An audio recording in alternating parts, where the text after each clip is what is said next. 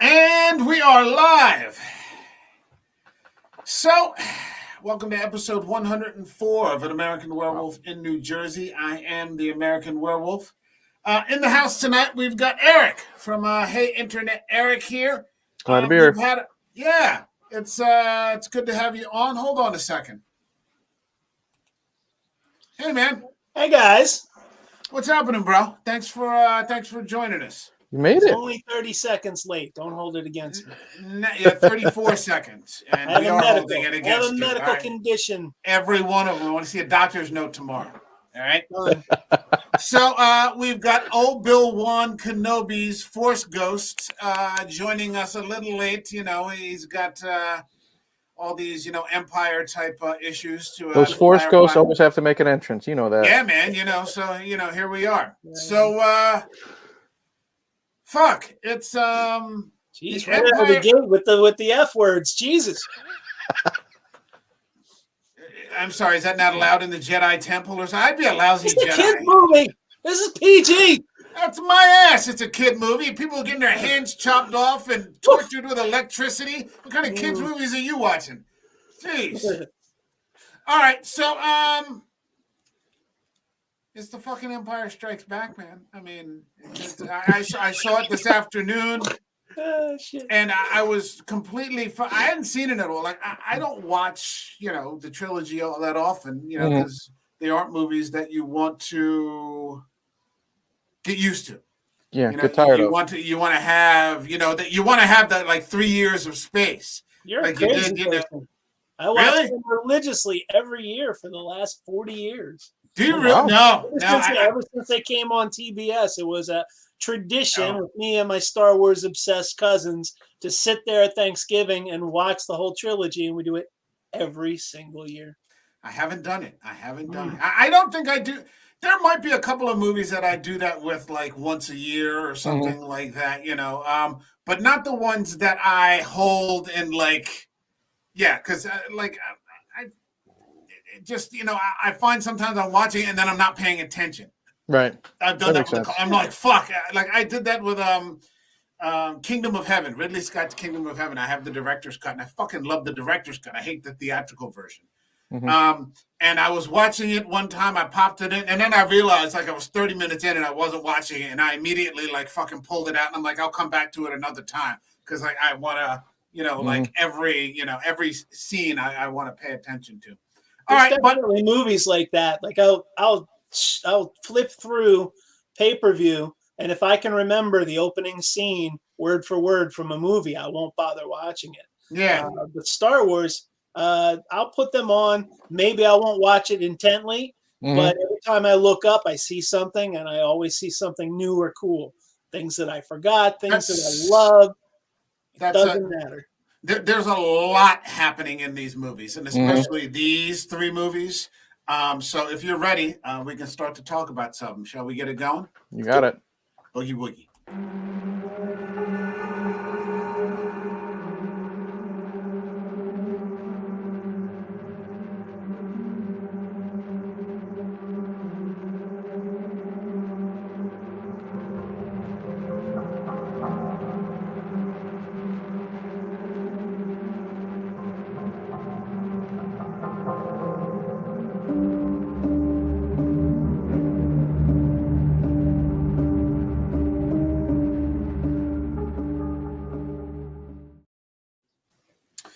So as I get older and even more curmudgeonly, I find that, and now, going over a year now into this, maybe I'm becoming more and more of a gatekeeper.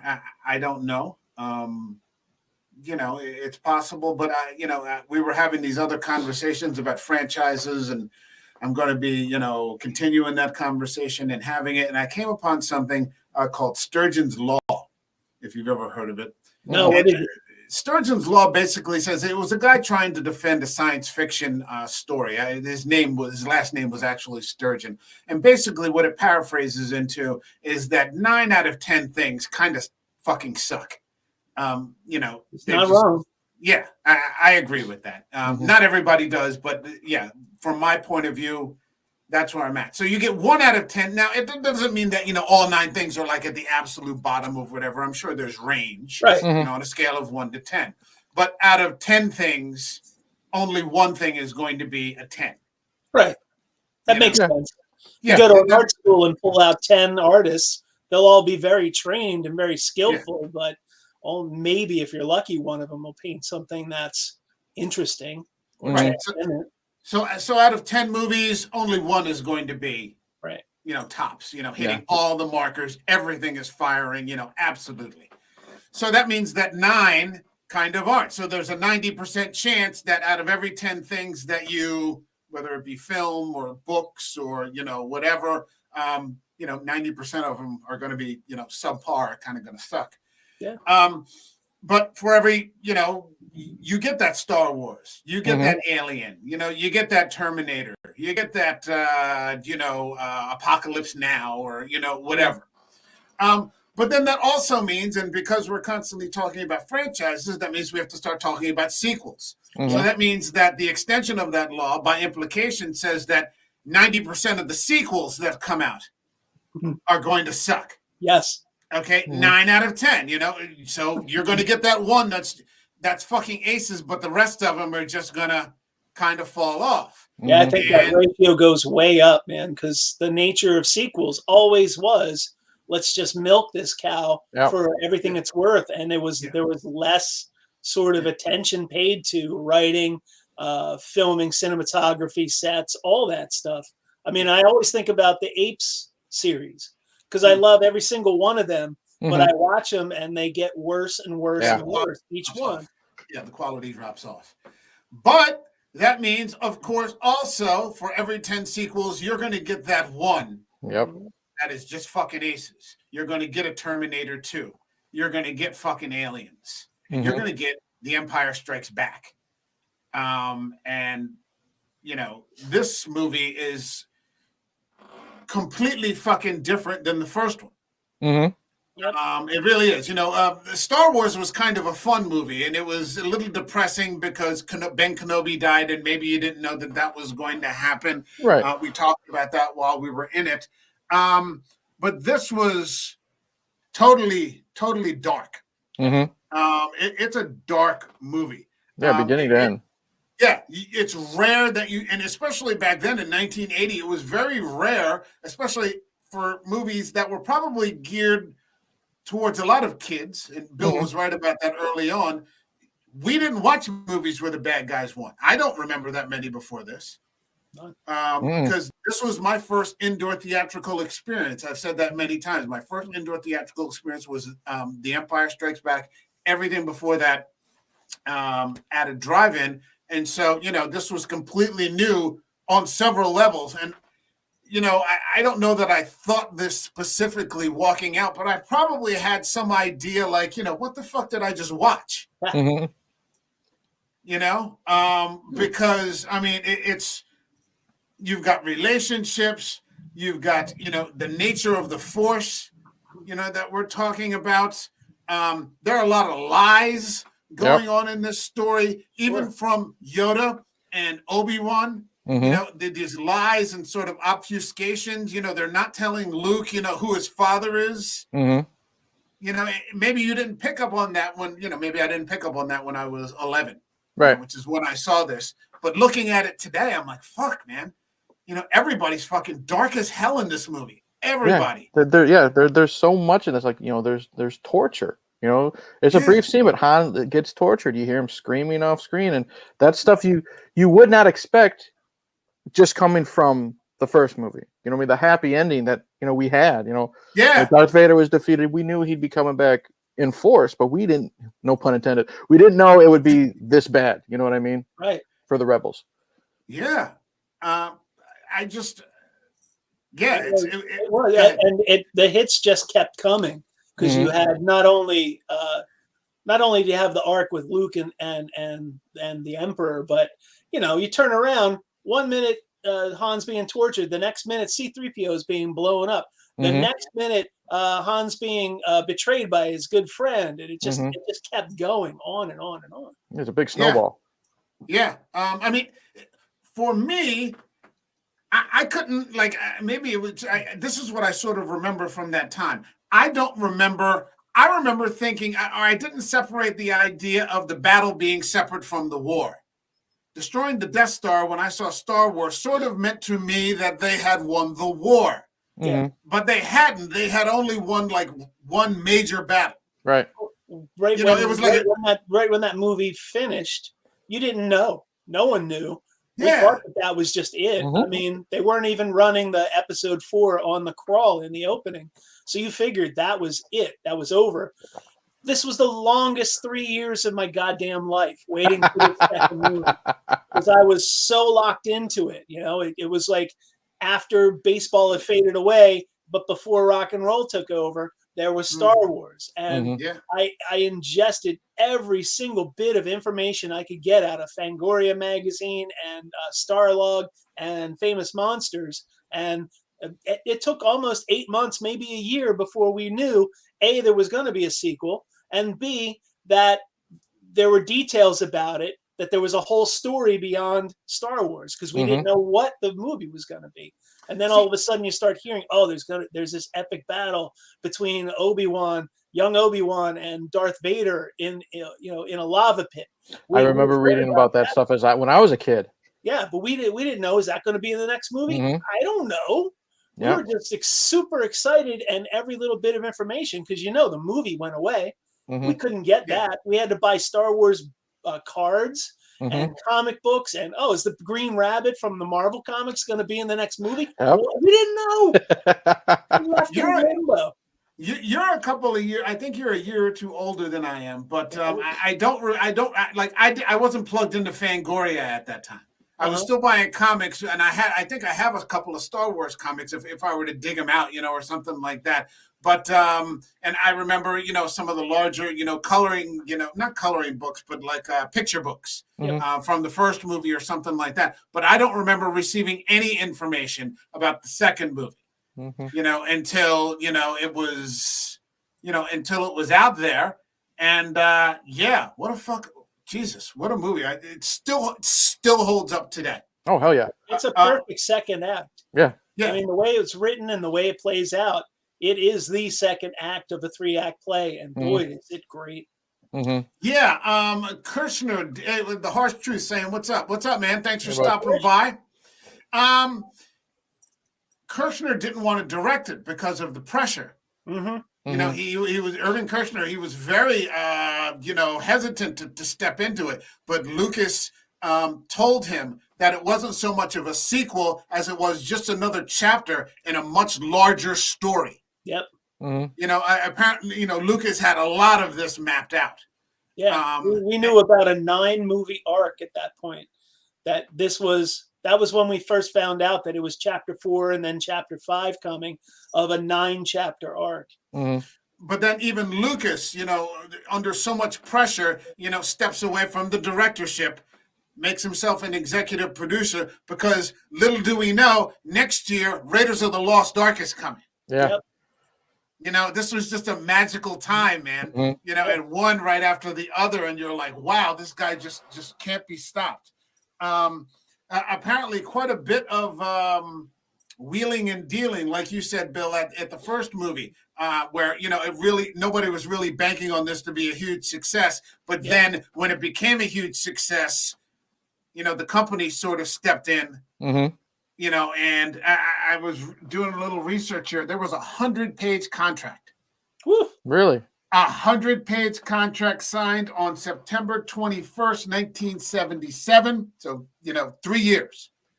Yeah. 3 years before, they were setting up the contract. Fox, 20th Century Fox, would distribute the film, but have no creative input. Imagine something like that today. Yeah, and that's not going to happen. If they didn't have those lines, Lucas would never have been able to set that up, ever. Yeah. In exchange for 50% of the gross profits on the first $20 million. But the percentage increased to 77.5% if they break 100 million, which of course they did. So it goes in the producer's favor. It goes up to from 50 to 78% if they break 100 million. Yeah, I mean, just a lot of wheeling and dealing, and the we're going to make a shitload of money here, but they were smart enough, or at least conscientious enough, Hmm. to allow Lucas to create his story without inserting themselves. And when did they sign this contract? 77, What, September of early? 77, So September. they hadn't even sold a single toy yet. Yeah, They hadn't even seen the massive payoff of Right. the toys and the 'Cause- merchandising yet, and they're Yeah, still 'cause- giving them that. Yeah, thing. because Bill, I think it was you. You said they didn't even have the toys ready by the time the movie came out, right? They weren't ready for Christmas '77. They gave the box, the early bird special, which was a certificate and a display thing that you could put your toys in as they came in through like March and April of the next year, '78, when they finally started to go into production.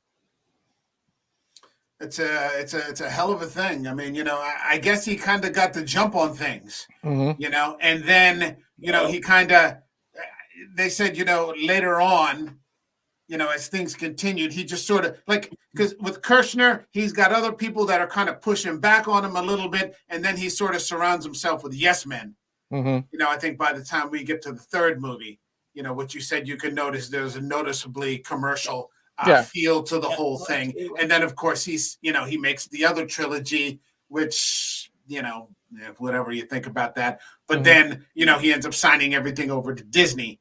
And, and kind of here we are now. So, you're not waiting, 3 years. Yeah, you're not waiting. Let's talk about the bad years. Let's talk about this movie. Okay. All right. 1980. So, years old, and I'm ready to go. So actually, 3 years take place in real life, and 3 years take place in the storyline. Mm-hmm. And the rebellion, who I thought was on top of the world, is getting the living shit hammered out of them. And it looks like Vader now has kind of taken over everything. Like Moff Tarkin is dead. And Vader is just putting the hammer to everybody. Yep. Vader's putting I think he force chokes at least 3 people throughout this movie. A general, an admiral, and a captain. Yep. He's just, like the gloves are off. He's dealing on, not only is he dealing on the rebellion, he's dealing on his own people if they piss him off. We start off on the ice planet of Hoth, which is just a shitty, cold, freezing kind of, I mean, I love it. It's an awful. It's the place to start. I love it. Yeah, it's a great place to start because that shows how in control, in my opinion, the Empire is they have to go to this freezing shithole to air quotes be safe from them. You know what I mean? Yeah. One of the things that always strikes me about this saga, at least 3 movies, there aren't any named stars in it. I mean, at this point, these guys are named stars, but they're not necessarily like A-list actors. You're right. I've never really seen any evidence. I'm not. Well, I've always said this. I've never seen any evidence that Mark Hamill can act. I mean, the red one? Huh? You never saw the big red one? Wasn't he in that?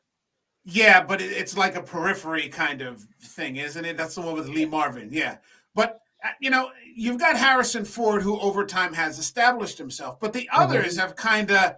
It's here and it's there, and you might see Carrie Fisher in a bit role here, right. And this person in a small role there. And so I've always wondered if Hamill's performance, which is just so damn wooden, is deliberate, and sort of sets the tone for things, or, that's just how he acts. I don't know, man. I think he did a lot better job in Empire than he did in the earlier movie. It's weird because he spent the better part of a year and a half like in the hospital because while he was riding high on his Star Wars fame, he got in this horrible accident. Yeah, he was lucky. Almost died. He had a horrible car accident, and they wrote that into the opening scene in the movie to deal with the fact that his face was all scarred up. I didn't know that. Yeah, it was real close. That's why they had him attacked by the Wampa in the beginning, so they didn't have to either apply extra makeup to hide it or just have to just write in something extravagant. They just made it, a big giant snow beast clawed him. Okay. Simple as that. Okay. Yeah. Yeah. Well, everybody's there on Hoth. Han and Leia still have that push and pull kind of thing going on, but Han's kind of ramping it up. Oh yeah. He's pushing his luck for all it's worth. He That's loves a it. really He long loves it. courtship, man. 3 years, and they're still playing footsie with each other. Uh-huh. Yeah. That's true. Yeah, when you think about it, you didn't think Han would wait that long, but then again, it's Leia. She'd probably shoot him. Right. If he took a step at the wrong time. She's still a badass. Yes. She's still a general. She's still a leader. She's still a favorite to watch. Still a pleasure. An extremely well written character. They don't write women like that too much anymore. No. In terms of writing nowadays, I do a little writing, and I've made a couple submissions here and there. And I was writing something for a woman one time, and they're like, "If you want to write," I was literally told this: "If you want to write for a woman, just think of a man." That's a Jack Nicholson thing. That's a Jack Nicholson thing. What movie was that? I think of a man and then take away reason. As Good as It Gets. Oh, that's. I was literally told that. If you want to write for a woman, just treat her like a man. And what would a man say in that predicament? And then flip it over, and that's. There's a lot more going into it than that. There's a scene in there that I always think about. You have Leia, who we all agree is a badass. She's a strong female character. Yeah. But at the same time, she's trying to close this hatch, and she just can't do it because she's a girl, and she hurts her hand. And Han's, rubbing her hand, and she's like, "Stop that! Don't look at me like that." Yeah. So she's not this machine that can kick a 300-pound guy's ass. No. She's a badass. She's a strong female character, but she's still a female character, which I appreciated. And what I like is she will not ask for help. She wants to do it herself. Yeah. And that helps her growth in my opinion, in her and Han's relationship, because it just adds to, it's fun flirting, watching them, but the two of them go at it. Yeah. And Han just pushes her fucking buttons. When she gets pissed off and she calls him, the scruffy looking nerf herder, and he just like an asshole, he says, "Who's scruffy looking?" You know what I mean? He's having a lot of fun. I think that's why he let the courtship go for so long, because he's just having too much fucking fun. Yeah, that and they're fighting a war. That's that too. Yeah. I mean, you have to figure that things are going really bad if that's where they're holed up. I mean, even after the destruction of the Death Star, and you start to get a scope of how large the Empire actually is. And here, I mean, they literally control the galaxy through numbers. Yeah, I mean, as a kid, you can think, "Oh, they blew up the Death Star, you won." It's like thinking, "Oh, we shoot Hitler, the war's over," and it's not necessarily true. Exactly. No. I mean, there could be millions, of Imperial troops out there that are just, ready to go and get some payback, and that's what they're doing. I gotta say, when they open up this movie, because every Star Wars movie opens up with the scene of a ship coming into frame in some way, right? So when they open this one up and you see them shooting off those pods, it's almost like reverse from the last time, because you see it coming at you instead of going away from you. You already know how big this thing is.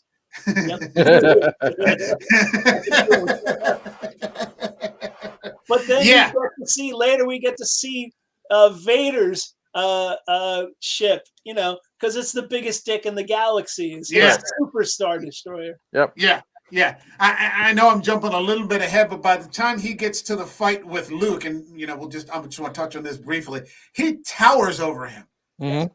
He just towers over little Mark Hamill. I don't know if Mark Hamill's a short guy, probably by average height or something, maybe a little bit lower, but he just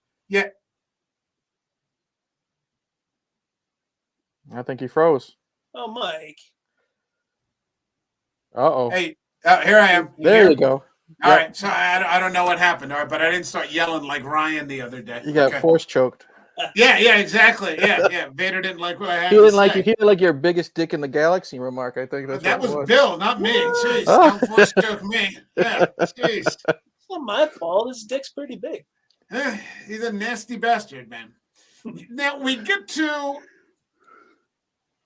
the ice planet, and I mean immediately, it's a hostile planet. You know, Luke gets fucking mauled. His Tom gets mauled. That sort of thing is just kind of out of nowhere. We go from the desert planets of Tatooine, to this sort of icicle planet. It just starts off on this lopsided sort of note. They just can't stop taking the knocks. Right.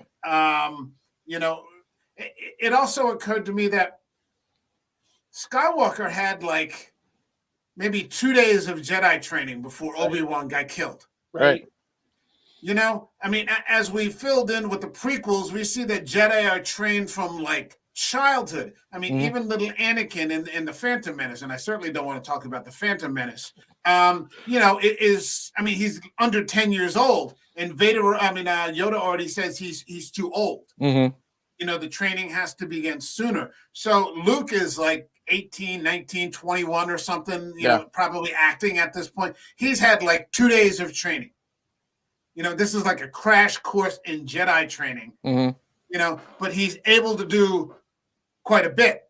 I guess he's sort of training on his own or whatever. And, next thing you know, he's hacking the arm off of that ice beast. Well, he's aware of the Force, definitely, but he can also use it to move objects, which is pretty advanced. Yeah, in a limited sense. I mean, but that saves his life. Yes. Because that's a nasty sort of beast, and you're watching this monster like cannibalize the Tom. He's just eating it raw, like right there in the ice cave, and you're like, oh, this is pretty gruesome. That is a big thumbs up for the extended editions, because that was nowhere in the first one. Right. Yeah. All we saw in the original was just the arm laying on the ground. Yep. So that was a cool little addition, showing like the creature backing off with just holding its wound. That was cool. Yeah, he took his head with the blood. That is a good scene. Yeah. It was top notch. I loved it. Luke took it off right at the shoulder, man. Like Luke, once that lightsaber comes out, those guys aren't screwing around. Yeah, it was a cool callback to Obi-Wan taking out that creature at the bar in the first one. Yeah, it takes his arm right off. Yep. Takes his arm right off there at the bar, and then just goes right back to. And that's another thing that I noticed, that now watching these, for the purposes of talking about it, everybody in here, with the exception of one person that we'll touch on in a minute, is super serious. Everyone is just super serious. Like they're humorless sorts of characters. Like there's no real humor in Luke Skywalker. Maybe contrasting, because I was going to say the one person who's not humorous, who's not serious at all, is Han Solo. Yeah, but you see a little humor here and there, but it's earned humor. Yeah, it's not forced like the later movies, and even Return of the Jedi. It's really earned, like when Leia kisses Luke, and even Chewie's laughing at Han. That is an earned moment of levity. It's not overdone. It's not slapstick, but you can laugh at it. Or like when he slices open the tauntaun to shove Luke in, he says, I thought these things smelled bad on the outside. Yeah, definitely. Well, that was another thing that I was going to get to, the dynamic between Han and Luke, because they're like big brother, little brother. Yeah. Han's clearly the big brother, and never ceases to let Luke forget it. He sort of keeps calling him kid, and that's twice now. I saved your life, kid. Don't forget it. That sort of thing. A guy like me and a girl like that. Yeah. No. and see, that's what's really fun is, even though people get into it because it's weird now that we know they're brother and sister, when we don't know that, and she plants that kiss on Luke in front of Han, and he just puts his hands behind his back and kind of looks at Han and chews his lip. He's like, yeah, okay. Yeah. I've gotten farther than you. You know what I mean? It's that little rivalry, like you said, or brotherly thing. Yes.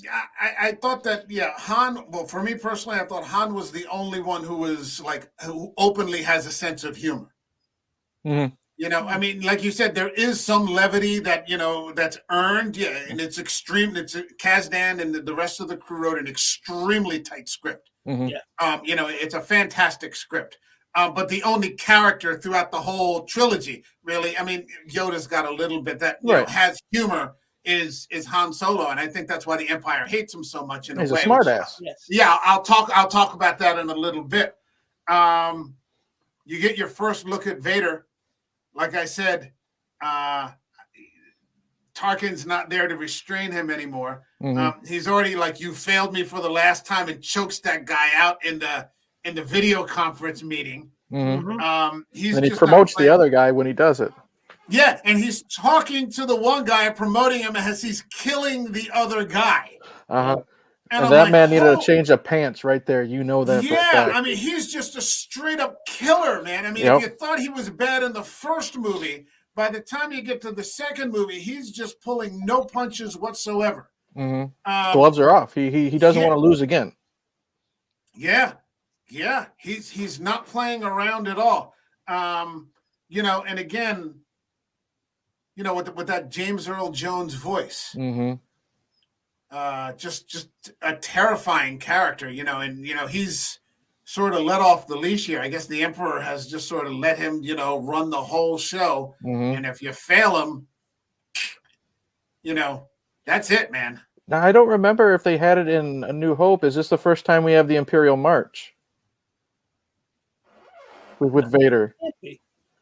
What do you Because I mean? don't like. Is this the like his basically Vader's theme song when he walks into the room? I don't remember hearing it in A New Hope. So I think that No, also I think we had it in A New Hope. did we? You're right. Huh. I don't remember. But either way, the Imperial March also adds to how dangerous this man is. You know what I mean? When he just walks into a room, and everyone yeah. knows that theme too. Yeah. I There's used to have when me and my wife first got married. That was her ringtone on my phone. Was the Imperial March because she only called me, you know, for emergencies. Yep. The Imperial March is first heard in Empire Strikes Back. Oh, very nice, Eric. Good- Okay. Nice call. You heard it here first, everybody. That's why you So, keep me around.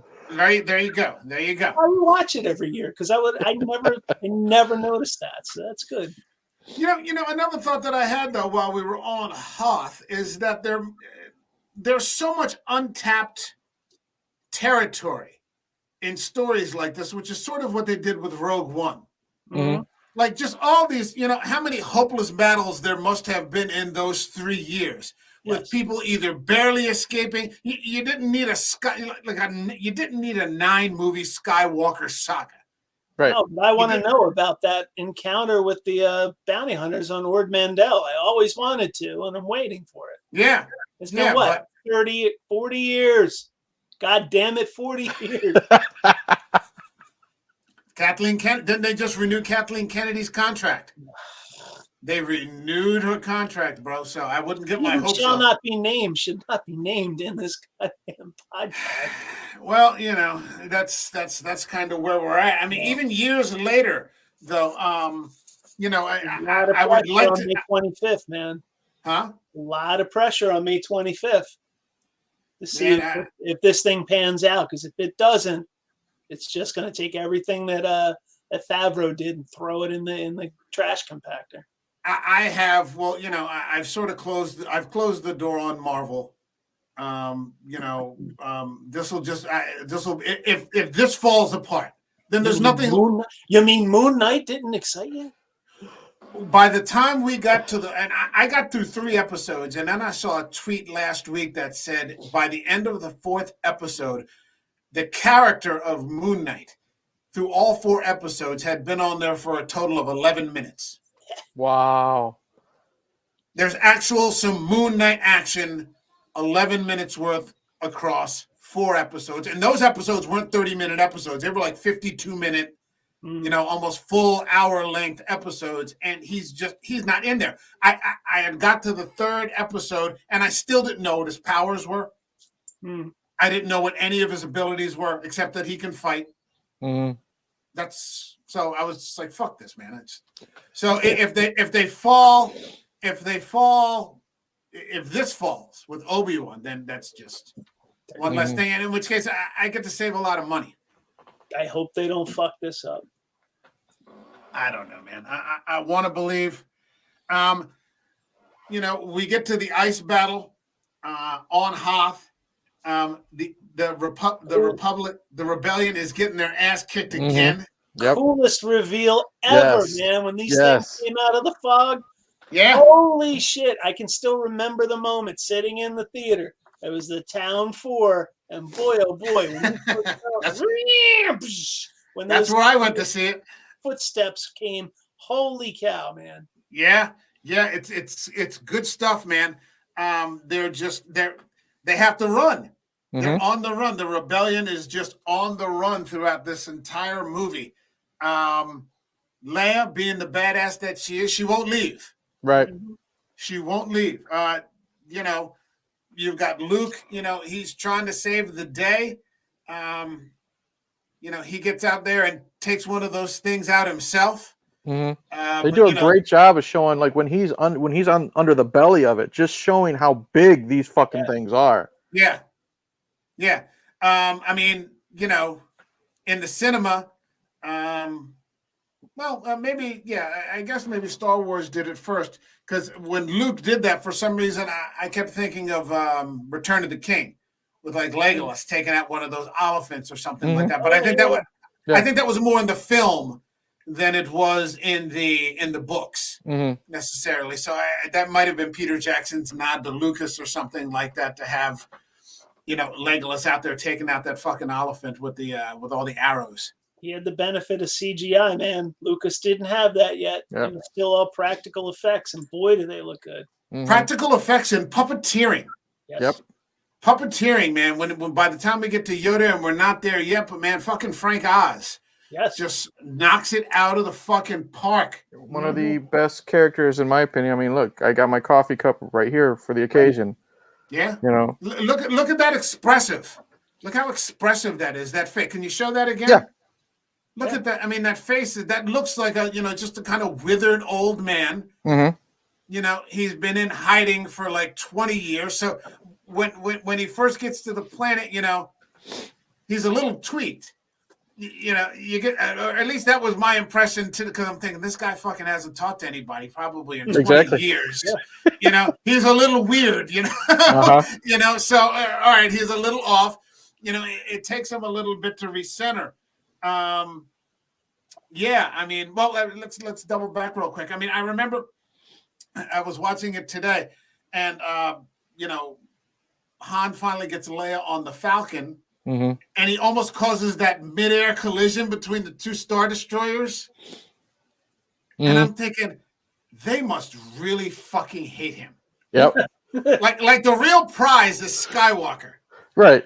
But they must just fucking hate Han Solo. Yeah. They, you know, because like I said, and all these super serious people, he's just this wise ass. Exactly. You know? And so you would think in a situation like that, you would have a character and they're like, okay, once we get our hands on this fucker, we're going to weed him out.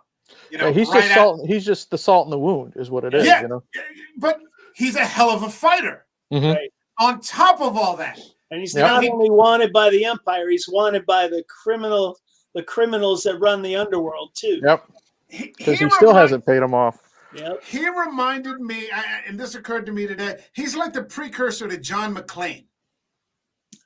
You know, he's just a pain in the ass, a fly in the ointment, a monkey in the wrench, a pain in the ass, you know, and he just must be a fucking like a burr in fucking Vader's side, you know, like this, you know, this entire time, you know, he's like a cowboy, you know. Well, if you also think about it, if it wasn't for Han, Luke could have been taken out, as simple as that, in part one. Yeah. He would have been. So that's why I think it's also personal too. Yeah. He makes them look foolish. You know, he makes them look like fools. And so, you know, type A people, you know, they're very prideful, you know, and, you know, this, and he just, you know, comes in with these laughs and, you know, this antic-y kind, you know, these antics, and he just makes fools out of all of them. So, they just must hate him. They must absolutely hate him, which is, you know, kind of fucking funny. That's why they got to turn to the bounty hunters. That's why the officers are so pissy about the fact that there's bounty hunters. They're like, we don't need that scum. Yeah. Yeah, you kind of do. Yeah. Yeah, and we haven't gotten to the point in the saga where we figured out that the stormtroopers kind of suck. Yeah. You know that like the Empire, it just kind of has numbers. Mm-hmm. You know, but like in actual battle, well, you know, they're not the best that they could be. We haven't got to the point where they're spoofing it yet, but Right. yeah, they're not the greatest fighters. But at that point, they're conscripts. They're forced to fight. They have some leftover clones that are not as good as the original because the cloning planet has been destroyed. It's the stormtroopers are a mess at this point. Yeah, And you don't know, you know, even like without even knowing like the stuff from the prequels. Like you said, Luke only had like basically 48 hours of training. You don't know how long these guys have been trained. They could have just been picked right off the ground and thrown in a suit for all we know. Yeah, 6 weeks or something. Like And they're also scared shitless because if they fuck up, they got to deal with Vader. Yeah. You know what I mean? Yeah, he doesn't. They're extremely thorough. Yeah. They're extremely thorough. I mean, on the ice planet, Vader gets on the ground. Mm-hmm. Vader's like moving through the facility. You know, when the Falcon leaves, those TIE fighters follow him into that asteroid field, or at least a couple of them do. You know, they do not want to give him up. Which, of course, we get the famous line, "Never tell me the odds." Yep. But I mean, yeah, they're extremely. Let's just say they're motivated. Yeah, In 300, where she's like, "Come back with your shield or on it." yeah, it's not a good situation. You can see why Finn fucking left. So we also get our first look at Vader without the mask. Oh yeah, that was so exciting. Yeah. The greatest thing is 2 seconds on the screen, and it was the most exciting thing ever. And you don't see his face, so that makes your imagination wonder why is it, you know, why has he got that scar on the back? Why is it, you know, to me it looked like purple or bleached white or whatever. Like, and then you're just wondering what the hell happened to this man. Yes. Yeah. You can see like he's bald and he's just got these. It's not even like surgical scars. It just looks like someone split his head open. Yeah. Yep. You know, and it just kind of healed over or something like that. You know, so you can tell he's. Yeah, that scares the hell out of that guy. The prequel did not do it justice, man, because it can't live up to the epic battle that was in my brain from when I was 10 years old reading that. Yeah, I was thinking about that now. I mean, you know, it's not bad, but yeah, I've heard people say that over the years that prequel trilogy has sort of risen in some people's minds, but to me, it's risen in people's minds, or if it has risen in my mind, it's because of the animated series that filled in all the gaps. Okay. Because like I said, you know, we had a Clone War trilogy with no Clone War. Yeah. You know, and I'm like, huh? Yeah. You know, like it was very hard to follow. It was very disconnected. And, you know, you're just like, what's happened? You know, like who's Count Dooku? You know, who is General Grievous? They wasted so much time, so much goddamn time. Yeah, you know, who are these chancellors? You know, what is any of this? You know, and if you weren't like a fervent fan of the comics or the you know, the novel, you know, the books, the sci-fi, you know, then you didn't know who these people were, and you're just like, I don't understand any of this. Right. You know, I don't know what this is. So we finally get to Luke. You know, sees Kenobi, who tells him to go to the Dagobah system. We get our first impression of Yoda. Luke goes from one hellhole to another, like literally. Yeah, and you're thinking of all the I mean, that's one place. You know, I don't think Vader would ever think to look for Yoda there if they even knew he was alive. One thing I don't think he did. One thing I want to say is what I really love about this, because I just mentioned you go from one hellhole to another. When they're on Hoth, you can feel the cold. Yes. When he's on Dagobah, you can just feel how disgusting, warm, wet it is. Yeah. Great set design. Yeah, it's like a whole swamp. The whole planet is just nothing but a swamp. So Yoda did pick a place where nobody's going to think to find him. And when you get to the battle between Vader and Luke, Vader says, I think on 2 occasions, hope Obi-Wan trained you very well, leading me to believe that he has no idea that Yoda is still alive. True. Yoda may be the one person that could disguise himself or hide himself from Vader. But he's a little tweaked. He's a little too. What were your first impressions of Yoda the first time you saw him? The high water mark of Muppets. Yeah. That was the greatest Muppet ever. And there was Muppet, Muppet isms, or when he's grabbing for his stick and his voice, it was very Fozzie Bear-like. Yeah, my parents were huge Jim Henson fans. So me growing up, I was a huge Jim Henson fan. So I watched The Muppet Show. I grew up with Muppet Babies on Saturday morning cartoons, everything Muppets. I saw Muppets Take Manhattan in the theaters. And then when I finally saw The Empire Strikes Back and my mom and dad explained to me that's technically a Muppet, and like that's Miss Piggy doing that voice. I'm like, as a kid, holy shit, how can one person be Miss Piggy but also be totally different with the voice and the mannerisms of Yoda? And it just shows how fucking great Frank Oz is as a puppeteer. He makes Yoda his own character. Heck yeah. As good as it gets, man. As good as it gets, that was. You think about the Muppets origin on Saturday Night Live, and then you have the David Bowie movie, or the Crystal. Dark Crystal. Jim Henson. Yeah. Yep. Those were all Sesame Street all before that. Yep. Fantastic stuff. And the pressure that must have been on Oz in the sequel to Star Wars. Exactly. Oh, I think he was top of his game. I don't think he sweated it that much. I think the director might have sweated it a little bit, wondering if this was going to come across. But as a performer, I think Frank Oz just nailed it, killed it, and was probably very confident in what he was doing. Well, I think I did read that, with that deal I was talking about earlier, like that would have shut everything down if this movie had failed. Like that would have broken Lucas financially. I think he was already pretty much flat broke when he made A New Hope. Yeah, so he was in a place where he was now financially independent. He probably never had to work again, but he banked it all on the second story. So if it had fallen, even without him being in the director's chair, he would have lost everything that he had just gained a few years ago.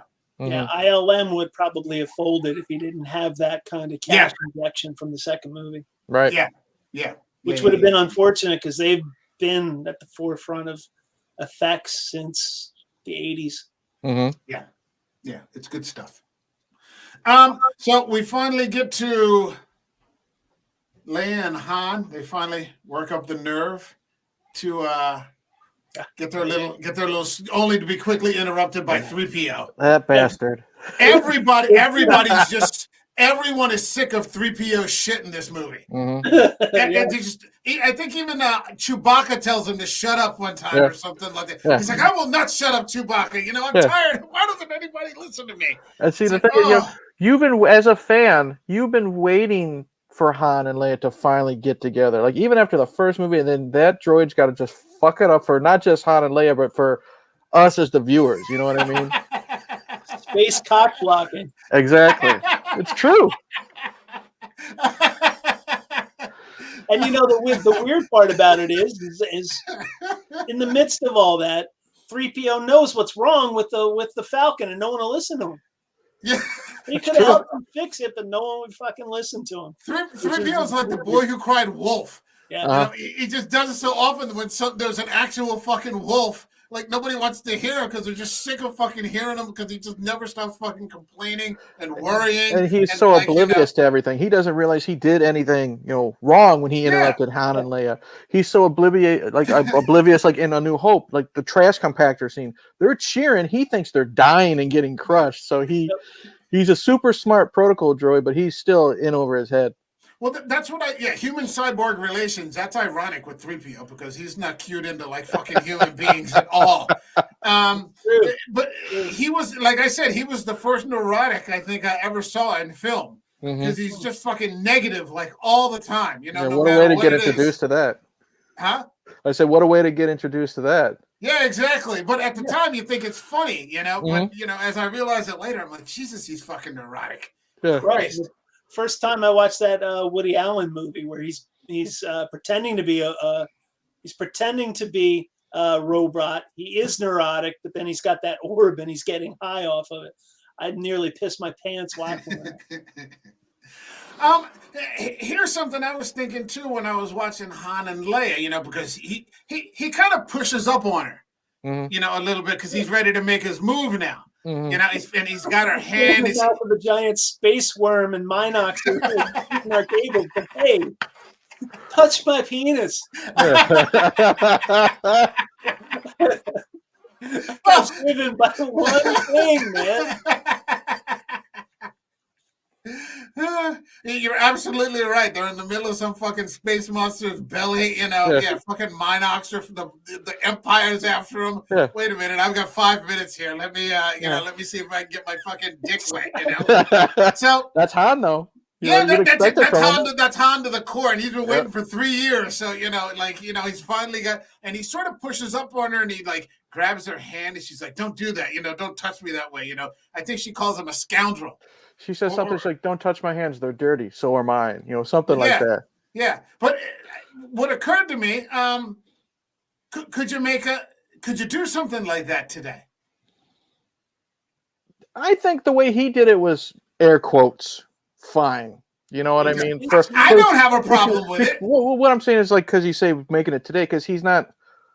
Sure, he gets close. He doesn't force a kiss on her. It's none of that bullshit. You know that people would get butthurt about. I think it'd be perfectly fine. He's not being rapey. He's being seductive. Exactly. There's a I'm not saying this. Exactly. He's inviting her to respond, and she doesn't want to respond. It's not him forcing himself. Exactly. He's just making the first move. That's all. I'm not saying that. You know what I'm asking comes from any rational place. Okay. Right.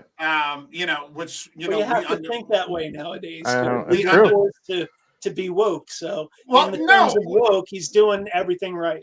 What I'm saying, well, because it just occurred to me, there are no more fucking romance movies anymore either. Well, Yeah. Love stories are gone. no good ones. Are there any? There's no good ones. I don't. Yeah, I don't know if it. Last thing I saw was I think J-Lo made one with like Owen Wilson or something like that. No. Yeah. I'm like, No. But I mean, it's been years. Right. So I mean, I don't know if directors are too afraid to, you know, producers are afraid to take one on. Mhm. You know, Matthew McConaughey's too old now. He made his share of rom-coms. That's true. He's done. with Kate Hudson. Yep. So, all right. So, you know, that retro love story aside, we also get our first look at the Emperor, Yeah. Yes. who's scary looking, Mm-hmm. especially when you're 11 years old. And this, you know, sort of deformed, you know, gelatinous faced, you know, kind of, you know, guy with a hood and this, you know, this voice, you know, which now we're not surprised to find out he's a politician. Right. You know, so, you know, no one should be surprised by that at all. I had that meme up yesterday, you know. And it's you might not pick it up as a kid, but as an adult and, you know, watching it multiple times, you realize this is someone who Vader takes orders from. You know what I mean? He's the leader. Who the hell is Vader listening to? Not just listening to, bowing down to, calling my master. So this guy's even worse than Vader, and we've already seen Vader at his worst right now. Yeah. Right. How much more badass is this guy? You're wondering. Exactly. And All we here's see another. all we see is is his like beamed reflection. Is his Yeah. hologram. Yeah. But we also get the information that the Emperor has no doubt, quote unquote, that this is the offspring of Anakin Skywalker. Right. And so, you know, I started to realize, I started to think, I'm like, holy shit, like the schism that must be going on in Vader's mind. Mm-hmm. You know, like some extraordinary dissociative disorder. Mm-hmm. You know, that like he no longer identifies as who he actually is. Yep. He's taken on this whole other thing. Mm-hmm. You know, and so and the way that the Emperor uses the words, this isn't your offspring. Right. He's saying it's the offspring of Anakin Scott. He's not even like, you know, making the connection for Vader. Right. And Because I'm like, Anakin ceased to exist. once he Right. became Yeah, and Vader. you're just like, holy shit, you know, this is murky territory. And that's what makes this movie so good when it Yeah. comes to the rewatch. You can pick this stuff out and think about it, like what you just said. Yeah. It's been good fucking 42 writing, man. It's been 42 years, and I watched it today. On. I pulled up Disney Plus. I might as well use it for something. Mm-hmm. And I was like, "Fuck," you know, because you wouldn't have picked up. I wouldn't have picked up on that when I was 11. Right. But I'm just like, holy shit! Like this is so much different than what we got in the first movie. Mm-hmm. You know, which was kind of just a straight up rescue, and then the hero comes through and, you know, blasts the Death Star, and then that's it.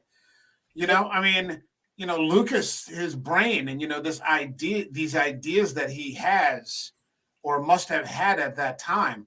I mean, you know, who knows if, you know, he had been allowed to do the entire story arc, maybe the way he wanted to, you know, what it would have turned into. Well, he rewrote it a million times. There were so many iterations of who Darth Vader was, of who Luke was, who the Jedi were. Okay. Originally, all the stormtroopers carried lightsabers, and Luke was already an established, Jedi Knight. But they weren't Jedi. They were like the Guardians of the Whills, which comes back in Rogue One. There were so many iterations. So he was constantly writing and rewriting right up until the day the cameras rolled for Star Wars. So it's a wonder. It's a wonder that he was able to then piece together this whole arc. There's I think there's more than a little providence in that. You know, I mean, he just whatever he came out with turned out to be, you know, a fucking fantastic finished product. At least for these 3 movies. There's just so many motivations at play all at once. I like the part where you figure out that Vader is now plotting to get rid of the Emperor, even before it becomes obvious. He's already plotting to kill the Emperor and keep Luke by his side. Yep. He's cutting aside because that's what Sith Lords always do. Yes. They always try to kill their master. Yep. And there's always a lord and an apprentice. Yeah. Yeah. And the Emperor already knows this is in play too. So he's playing Vader. Vader thinks he's playing him. They're both trying to play Luke. Yep. It's a crazy bunch chess game. Of motivations. Yeah. It's definitely not lazy writing. No, it's fantastic writing. Lawrence Kasdan and I can't remember Sheldon. Was it Sheldon? I can't remember who else. Who the other one of Lucas's regular partners at that time. But it's fantastic. There's darkness coming in from the Jedi as well. I mean, you know, Yoda's kind of hard on him, considering you get the impression that he's not staying on that planet for very long. You know, and he's getting again another crash course in, you know, Jedi training. And you're finding out that the Jedi aren't beyond lying. Right. Yeah. As long as they're telling you the truth from a certain point of view. Yeah. They have that. Kenobi has that loophole because even the way Alec Guinness says it, he kind of shrugs his shoulders and bobs. It's like he's from a certain point of view. You know what I mean? He knows he bullshitted Luke, but he was trying to cover his butt too. Yeah, because I think ultimately what they do is, you know, the larger, the big picture. You know, their concern is with the big picture. So, you know, a person may get thrown into something, and if it serves the purpose of, you know, the Jedi Council or Jedi, you know, they don't necessarily hesitate to do that. Right. You know, and like, maybe it would, I don't know, maybe it would be easier if they had just leveled with him from the get-go, or if at least Yoda had. You know what I love about Yoda, and again, you know, praising Frank Oz is, you know, like you said, Yoda was kind of tweaking. He was a comedic character when we first meet him. He's eating Luke's lunch, he's beating the shit out of R2, and then suddenly when Luke's frustration hits, boom. He goes from goofy, you know, Muppet to he sighs. He's like, you already disappointed me. Acting. That was such physical acting from a puppet. That was amazing. Exactly, because the way it's funny saying this, but you see it in Yoda's face. The way Frank Oz just makes his shoulders, you know, they go down a little bit. he sighs heavily. His eyes, he's just like, he's so disappointed that Luke wasn't so patient with this. Right. He's like, this was a test and you already failed, dude. Yeah. And now I have to try to train you Yep. within, I don't know, a week or however long he's on Dagobah or whatever. I mean, he's like, he's looking at himself. He's like, this is going to be tough for me. You know what I mean? Yeah, because it's an unrealistic It's also an unrealistic expectation that he's setting Luke up for. Mm-hmm. But I mean, maybe that's just what maybe that's just what the Yoda's used to. Everybody just doing exactly what he says when he says it, and these sorts of things. I think he has to make. Well, I think he's also Luke really he listens to him, but then he doesn't. Right. Because he's about 20 years old or something like that, 21 or 22. Yeah. And so when he finds out his friends are in trouble, he just leaves. Yep. And you understand why. Mm-hmm. But that part confused me a little bit. I don't know if Yoda was being unreasonable or, I mean, what do you guys think? You mean being unreasonable, like saying that Luke should have stayed? Yeah, Luke should have stayed. I see it as in because think of Yoda as like a sensei. You know what I mean? Basically, you're here to train no matter what. We have to do this, and now, regardless, they're gonna die no matter what. That's what he's basically telling him. He's like, you leave, and then you could die too, and this is all for nothing. Yeah, he wants Luke to be at his best because he can see the bigger picture. He knows who Luke is. He knows eventually he will go after Vader, and he needs to be his best. And if you leave after a week, what's the point? Yep. And it's also the idea that the Empire is causing the suffering, to draw Luke in. Mm-hmm. Mm-hmm. There's like this whole force argument. We're going to cause your friends to suffer to flush you out. Yep, the bait. They're the bait. They're the bait for this thing. So it's not just an issue of killing them. Mm-hmm. Because killing them would be quick. I was wondering if it's this thing that we're going to cause this prolonged suffering to give you enough time to figure out that this is happening. It's an old trap. I remember that in Predators. I think Yoda knows what's happening, though. He realizes what's happening, and when he tells him to go into that cave, he tells him not to take his weapon, but he does anyway. Luke just looks at him and just puts it on like an impetuous kid. Yeah, he can't make the choice between one or the other. He has to do both. He has to be part Han Solo and part Anakin Skywalker going into there to confront his biggest fear. And the biggest fear turns out to be his face in Darth Vader's face. That's what you have to face, the fact that you have darkness in you and you brought the gun in there with you. So it's not going to that's your character flaw. And he sort of misses the whole point and then leaves to go get his friends. Yeah. Like Yoda knows it's there with Luke, or else he wouldn't have taken on the job, however you want to word that. He knows the potential is there. He knows what Luke can do. But Luke, he fails in so many ways in Yoda's eyes. He failed when he wasn't patient, when Yoda was, being goofy, however you want to say it, with R2. He failed with the cave. He failed to believe that someone like Yoda could lift that fucking X-Wing out of the swamp. Right. So it's just like Yoda's trying his best, but there's just so much disappointment, in my opinion. Like he knows, like I said, he knows the potential, but he's just like, he's definitely not ready. And now he's going to his death.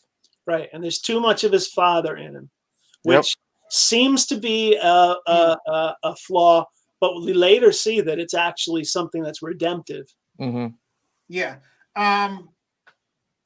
I don't know if he's failing, but like I said, I don't know that someone there's no way that I don't know. I don't know that anybody would just, kind of show up and just stay for a couple of days, realize your friends were dying and just leave them there to die.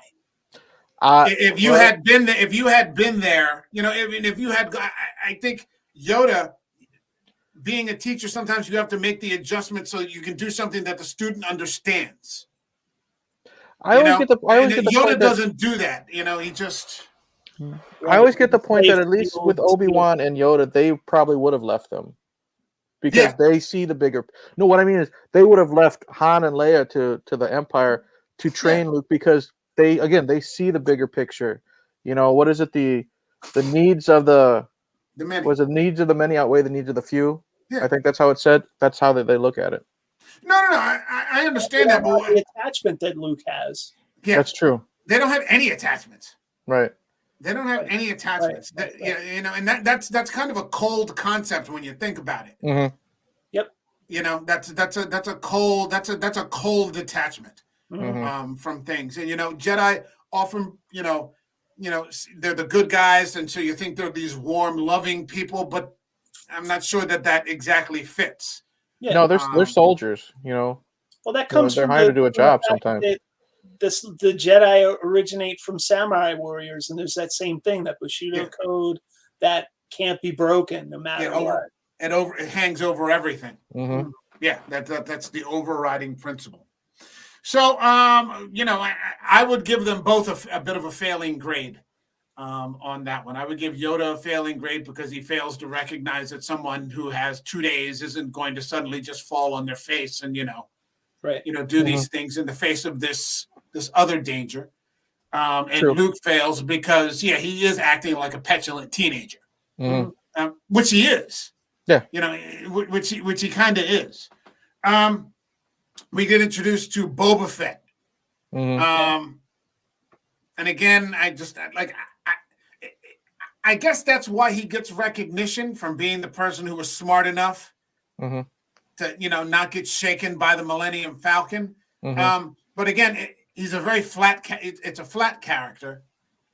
It's a flat character in the third movie. I argue. I've never been terribly impressed by Boba Fett. I'm still not. Yeah, that's just me. I don't love Boba. I liked him a lot as a kid because as a kid he looked cool. That's how it was to me. He looked cool. There was the mystery about him. And then when you get older and you realize when we get to Return, just All right, that's a bit excessive. Oh, jeez. I love Boba Fett. Yeah. I love the fact that we don't know anything about him. Well, see, I love that's the fact that he's the mystery guy. Yes. He's the black hat gunslinger Mm-hmm. who just shows up to kill people. Mm-hmm. It's what Cad Bane became in the book of Boba Fett. He's just the literal badass who is one step ahead of everybody else. Here's the thing. If I watch the book of Boba Fett, that means I'm going to have to look at Luke Skywalker one more time. And I just can't do it. I can't do it. No more. Fair, No more. but they do a great job with Cad Bane as that gunslinger. He's great, and that's exactly what Boba Fett should have always been and stayed, but they turned him into some weird sort of Dances with Wolves guy. But be that as it may, in this movie he is a full-on badass, even though he doesn't say anything. Yeah, he only got like 1 or 2 lines. Was it like he's no good to me dead? I think that's all he says. Yeah, he doesn't take any shit from Vader. No, he's not afraid. He's No, the only That's guy what I in mean. universe The who ever mystery. gave it back to Vader and never got it. Who is Yeah. this guy who's not afraid of Darth Vader? Yeah, He knows who Vader that is He- impressive. Yeah, He knows he's like, Vader's reputation, but he's like, he's no good to me dead. What's in this for me? and it wasn't in some like groveling Lord Vader. I just want you to know, sir, that I need him to be alive, sir. And he's like, hey, this, if you kill him, I can't do anything with that. Mm-hmm. So He's that like was kind of cool. He's the one free roaming guy who actually knows who Darth Vader is. Mm-hmm. And that secret could take Darth Vader down in the wrong hands.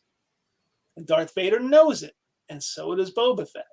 We don't know it at the time, though. Yeah, that's an No one interesting. knows Yeah. Mm-hmm. Okay. So we get off the Han gets his smooch. 3PO tries to get in there and block him, but they get off the asteroid and end up going to the city in the clouds. Yes. Mm-hmm. Only known actor to appear in the whole thing, except for Alec Guinness. Lando Calrissian. Yeah. Lando Calrissian. Now, I did a little bit of research with this. Lando he liked the role. He thought it was pretty cool. He was a little concerned that, he was going to be, sort of seen as a token. Right. But they assured him, the role wasn't written for a black actor. Right. Anybody could have been Lando Calrissian. Not necessarily. One of the other people that was in the running for the role, though, and this would have been really cool, was Yaphet Kotto. Yeah. Ooh, that would have been interesting. Yeah, that would have been really cool. And Lando is Lando's what does Hound call him? An old smoothie. Yeah. And he's a con man. Looking at it now, he's clearly a guy who's trying to just stay out of off the Empire's radar. Mm-hmm. Right. And so at the time when I saw it and I saw the way that it played out, I hated Lando. I didn't mind, because I was 11, and I'm like, you son of a bitch, you should have. Yeah. Now you look at it and you're like, yeah, there's nothing he could have done. Right. He was looking out for himself, which is what he does. But if you think about it, he's also looking out for Cloud City as well. Yeah. Right. Yeah, he's got a lot of people that he's responsible for. Mm-hmm. If he decides to go off like a cowboy, he's going to get a lot of people killed. Mm-hmm. So, he has to give up his friend, but then he's doing everything that he can to play for time. Right. Yeah, but Vader also crosses him too, because he gave him terms that he changed. So yeah, it wasn't like I don't alter the deal any further. That's one of the memorable lines. I'll say this. Billy D. Williams is just so fucking smooth in this movie. I love his introduction. He comes down, and the guy's got he's got the cloak. He's just got a cool look to him. Yeah. He comes up in front of Han. He knows Han. Obviously, they have the history. He knows Han's probably trying to put his moves on Leia. So what does he do? In front of Han, he kisses her hand, and then he gives Han that look with his eye. Like, I'm doing this in front of you, and there's nothing you can do about it because you're in my city. And then Han says something like, "You old smoothie," or "scoundrel," something like that. And then he doesn't even acknowledge Han. He says, "How you doing, Chewbacca?" You know what I mean? Mm-hmm. So he's so smooth, and once you get older and you realize he's just it's a great performance. Yeah. He starts out right there with the comedy. He steps in between those two. And gives him a look like, I know what you're up to, and sort of shepherds Leia away. Yeah. It's interesting because by the time you get to this point in the movie, there's only you're more than halfway through the film. There's about 40 minutes left, maybe 30 to 40 minutes left in this film, and you get introduced to this character who establishes himself on equal footing with Han Solo. Mm-hmm. So you're like, oh, okay, this guy it's important. What he's doing. And, I saw what he said. He goes, they arrived right before you did. He goes, I'm sorry. I had no choice. Mm-hmm. And then, they find out, that it's a double cross. Right. And what is scary as fuck is the way that Vader fucking disarms Solo. Mm-hmm. He just sticks his hand out with the fucking force and just yanks that blaster like right out of his hand. And you're like, fuck. Yep. Because it's a dinner table and you realize they're for dinner. Mm-hmm. That was alarming when I was 11 years old. I'm like, holy shit, they just captured everybody like that. Yep. And it was like it was Tuesday, it was so simple to do. Yeah. And he just, come on, sit down. Let's have some lunch. Mm-hmm. Let's talk, this sort of thing. And that's then what I liked is, we haven't really talked about Chewbacca too much, is when he does that growl, when they open that door and he sees Vader, it's great to actually see some ferociousness from Chewie instead of just being, the second banana. You know what I mean? Yeah. Mm-hmm. Yeah. Chewie doesn't get a lot of action necessarily, or a lot of individual action. Right. He's part of the crowd. He's part of the fight. He's the co-pilot. Mm-hmm. I wouldn't mind have seen, throughout, whatever movie it would have been, a little bit more of Chewbacca. Mm-hmm. I mean, then they get to the 9th movie where he gets captured and you think they're going to kill him. And I'm like, you fucking kill Chewbacca. It's probably hard to animate or to make the suit work. He had to be a little bit downplayed. just because of the state of state The of the costumes. suit and the limitations. Yeah. Yeah. I wish Solo So, was a little bit better because he's real good in that. Mhm. huh? Real good depiction of Chewbacca in the Solo movie. Oh yeah, Yeah, they give him something to do. Yeah. That's another thing. Yeah, he doesn't have much to do, unfortunately. You know, and he's sort of a comic relief sort of character too. Mhm. You know, and The one then saving grace of the first movie of the sequel trilogy is that you finally get to see Chewbacca's bowcaster in action and Mhm. how great of a weapon it is. Because you always look like, whoa, that thing's like a crossbow, but it's a laser gun, and you never really see him shoot it, Mhm. you know. And then you finally see it in the eighth movie, and it's just pretty cool. Yeah. so, I mean, they get right to the torture. Mhm. You know, and like I said, Vader is there personally to oversee Han Solo being tortured. Mhm. You know, because he's been a thorn in his side for a long time. Mhm. There's no interrogation. There's no questioning. He just wants him to hurt. Yep. And I was like, fuck. Well, like I This is said, you just- think about it, it's Han's fault. He caused the ending to A New Hope. You know what I mean? He helped Luke be successful. Yeah, and Andy almost caused that midair collision, you know, right at the beginning of the movie during the ice battle. I mean, he's just been, it And would have been like he's probably just tired of Han's bullshit. You know what I mean? Yeah, you know, I'm serious, and who are you coming in here making jokes and, you know, making us all look like fools? Yep. How do you feel about this? You know, this electricity, you know, or whatever it was that they had him hooked up to. And that off-screen scream stays with you. You know what I mean? Yeah. There's a couple of them. Mhm. It's bad because, you know, and then Vader, you know, it just keeps changing the deal on fucking on Lando. Yep. It's just from you go from ass kicking to ass kicking. Mhm. You know, it's very hard to the rebellion never gets out in front in this. Right.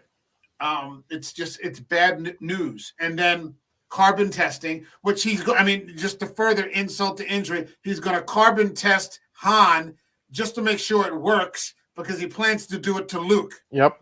He's just using him as a lab rat. Yeah, he's a guinea pig. Mhm. Yeah. And you're like, holy shit, this is completely different from the first movie. Mhm. There's nothing feel good about this at all. People are screaming and suffering, and you know, everybody is just getting kicked in the balls, man. I mean, it's just it's one of the greatest. My understanding was that, like, a lot of people, when they saw this, I don't remember it at the time, but the reviews were mixed critically. Okay. And then there were a lot of people who said that, like me, you know, what the hell did I just watch? Because you go in there thinking you're going to watch a Star Wars movie, you know, and so you think you're going to watch Star Wars, and it's not Star Wars. This is something completely different. Right. Then over time, like now, it's considered one of the greatest movies ever made. You know, and so like all the big organizations, you know, rated in their top, you know, whatever their goat lists. But I mean, Vader is just evil to the core, man. Yep. He doesn't care. Evil. And like you said, Bill, plotting to kill the Emperor. You know, plotting to kill the Emperor, you know, trying to get his son with him, you know, we can rule the galaxy together. Yep. You know, I think at one point when Luke shows up, this was just the whole Empire. One of those officers uses Leia as a human shield.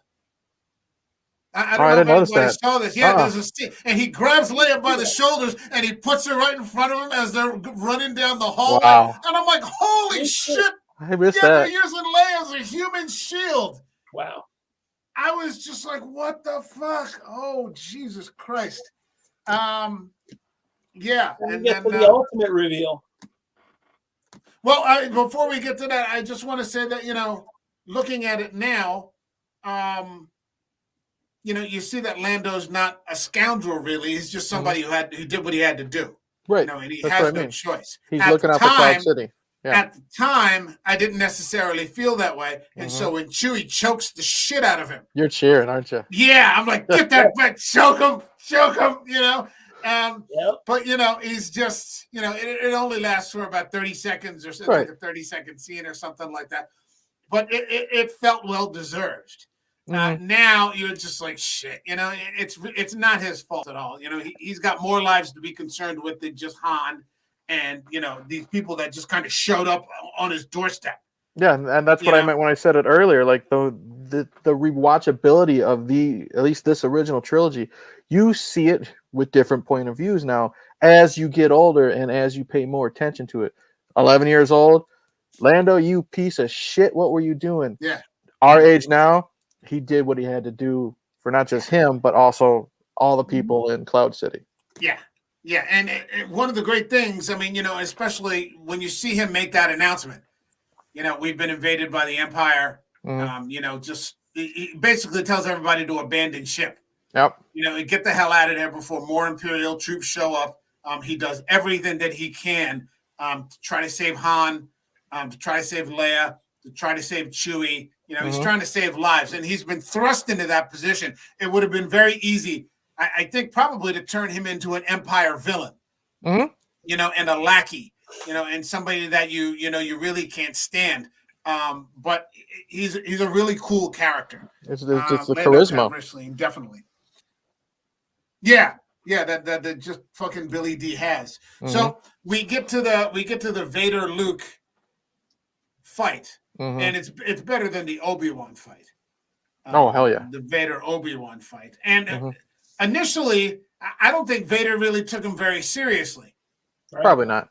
It was just, it would be like fighting a kid or something like that. He doesn't quite understand because, again, he keeps saying Obi-Wan has trained you well.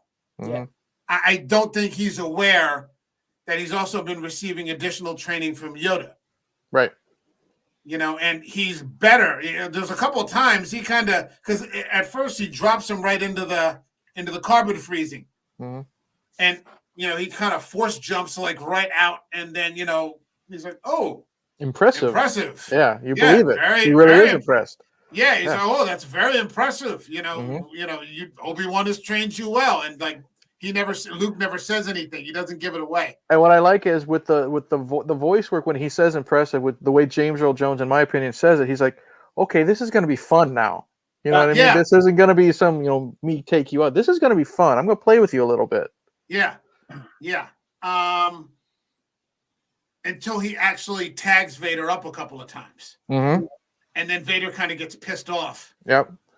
And, game over. He finally makes him angry. He does it like, I can't take him down gently. Okay, I got to ramp it up. And then he ramps it up once. And then something happens. I forget. He hits him with the lightsaber and the armor. And like 2 seconds after that, it's over. Yep, he came a little bit too close. Yeah, he just does that one little sweeping, fucking cut. And all of a sudden, his hand is gone. When I first saw that as a kid, I lost my shit when they actually cut off Luke Skywalker's hand. Yep. You know what I mean? And that was just I kind of already knew the big reveal of who Darth Vader was when going into Empire, so I wasn't shocked. That was the jaw-dropping moment for me. The fact that he sliced off his hand, I didn't expect that. Yeah, that's. And then you realize when you know that it really is father and son. He doesn't care. You've seen what he's already done. He's willing to disfigure his son to get his point across. Yeah, he's still so fucking cold. He just cut his own son's hand off, and he doesn't give a fuck. Right. Because all he sees, just like the Jedi, is the big picture. Yep. Right. Like there's no humanity to it. It's just, well, you and I can like rule the thing now. We'll get you another arm. Don't worry. You're like, what the hell? You just cut off your own kid's arm. Fuck it. We'll get you another one. Not a problem.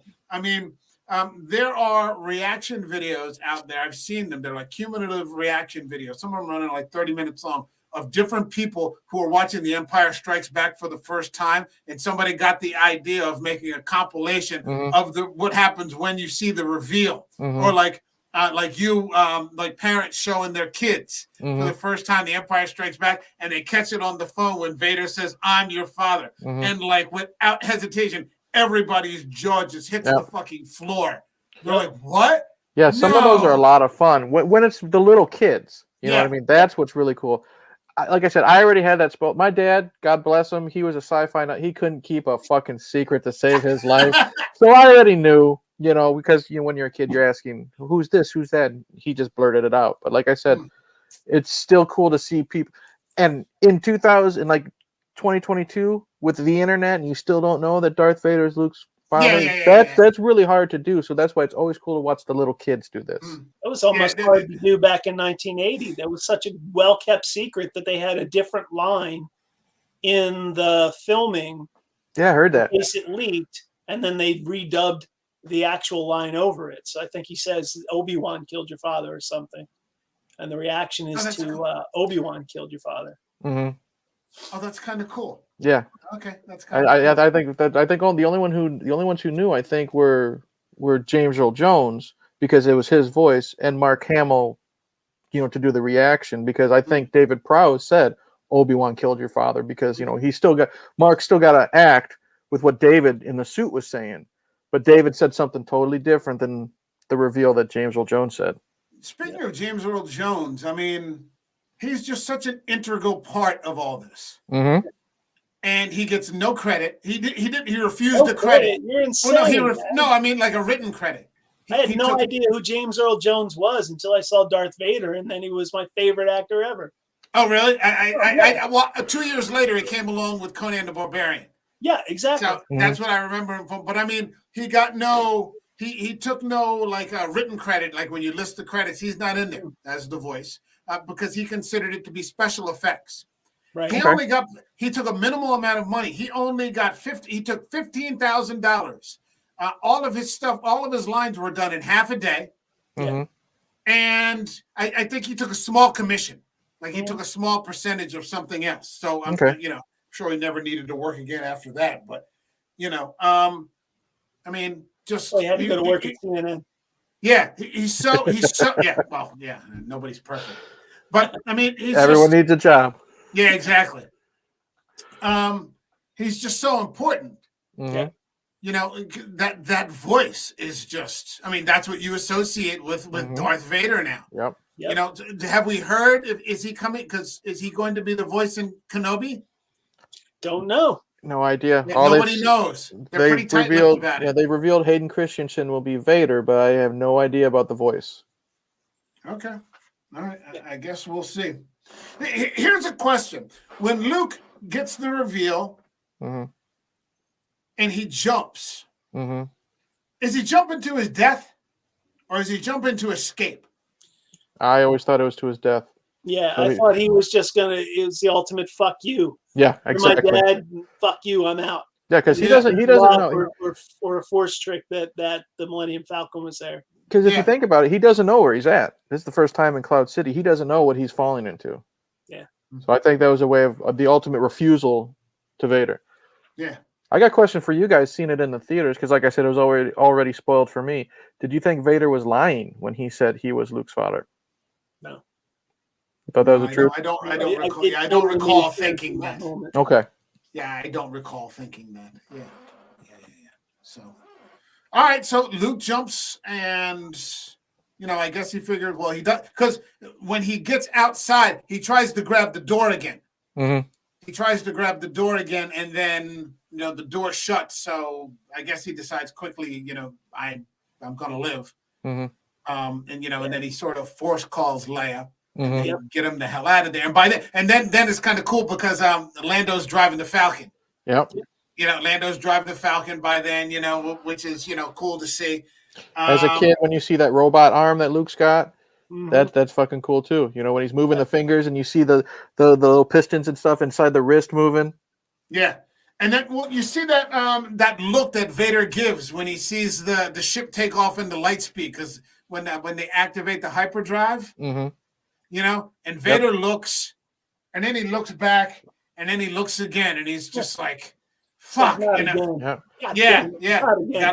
Got away from me again. Nope. And that's kind of the end of the movie. They try to save Han. They're going to get Han. Luke's going back to Yoda. Lando and Chewie are going, and that's kind of the end of the movie. And that's a fucking cliffhanger ending. Yes. Yeah, it is. Yeah, it is. How creepy is it that Lando's suddenly wearing Han's clothes, though? Yeah. He's got the vest and the white shirt. Yeah. He's completely he's trying to get with Leia or something. Who knows? I'll remind you of anybody. It works every time. There's some Colt 45. Yep. Here's somebody we haven't talked about, and there's nobody else we haven't covered, but maybe it's a little immature even, but R2. Fucking R2 is R2's the shit, man. Yeah. I don't know. I think it might have been Bill. He said they're basically Abbott and Costello. You know what I mean? R2 is the straight man. He's the guy that we've said it before. C-3PO is so oblivious to everything he's doing, and R2 is the only one that'll put up with this shit because he's been doing this now that we know for how fucking long. Yeah, for decades now. What I love about these films in general, we don't have subtitles, but we know exactly what the fuck R2 is saying to C-3PO. We know if it's a come on, we gotta go. We know if it's a calm down. We know if it's a shut the fuck up. If it's a what did you do now?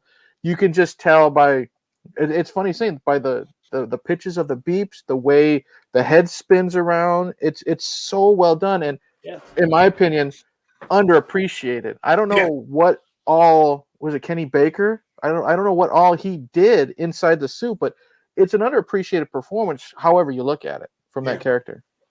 Yeah, it's moving stuff. Mm-hmm. Well, you just realize half of this movie they're apart too, mm-hmm. and you're missing that interplay until the end when 3PO is yelling, "Hey, you didn't finish putting me back together, and you're working on the hyperdrive." You're like, shut up! You're gonna get killed. Oh no! Like, yes, that interplay's back. One of the best scenes in the whole fucking movie is when he's just 3PO's going off about something. I forget what it is, and Leia just reaches over and just shuts him off. Yep. I love when Chewbacca's trying to put them back together. Oh yeah. And he doesn't appreciate it because he put his head on backwards. You know what I mean? I could have just fucking left you. Yeah. And you're pissed off that I put your head on backwards. You know what I mean? He trains R2 for another creature that we don't know what he's saying, but you know exactly what he's saying. Yeah. He just insults he's going off this whole movie. Mm-hmm. He's like in panic mode this entire fucking movie, and he's just railing. Mm-hmm. He's just railing this entire time. It's the best movie of the 9. I think it's the best favorite movie in the whole saga. Mm-hmm. I put Rogue One second. Yep. And then I start to get into I don't want to numerically list them, but those are my top 2. Yeah.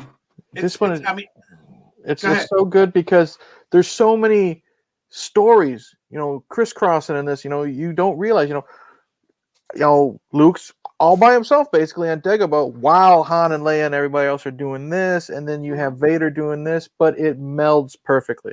And the thing is, Star Wars now is known for, like, when Lucas did the prequels, they said he looked more into special effects than story. And then now people are saying what Disney did to him. Lucas doesn't get enough credit, in my opinion, for the original trilogy with his writing, not just world building, but storytelling. Yes. And this movie, in my opinion, is just fucking perfect. Yep.